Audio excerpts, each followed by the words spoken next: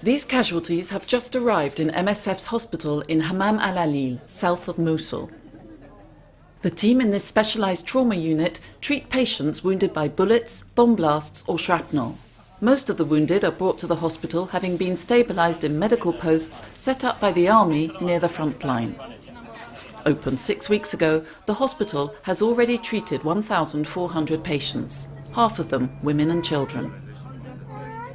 They usually come in big waves, so on the same day we can receive up to 50 injured, sometimes within 1 hour, and they all come together.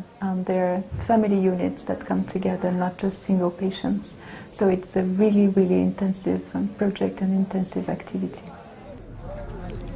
As the fighting intensified in February, MSF opened several facilities in the region. Teams are working in hospitals and maternity centres in and around Mosul and are providing primary health and mental health services in clinics set up in several displaced persons camps.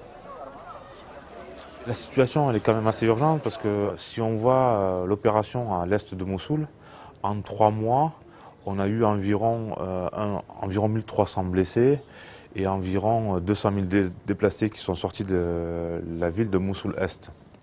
Là aujourd'hui à Mossoul-Ouest, en 1 mois, on a les mêmes chiffres qu'en 3 mois à Mossoul-Est. The situation of the 400,000 people still in western Mosul is particularly alarming. The areas we have visited in West Mosul, there are huge infrastructural damage.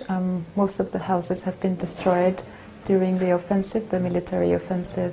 There are food needs. There are no water and sanitation system, as most of it has been destroyed during the war.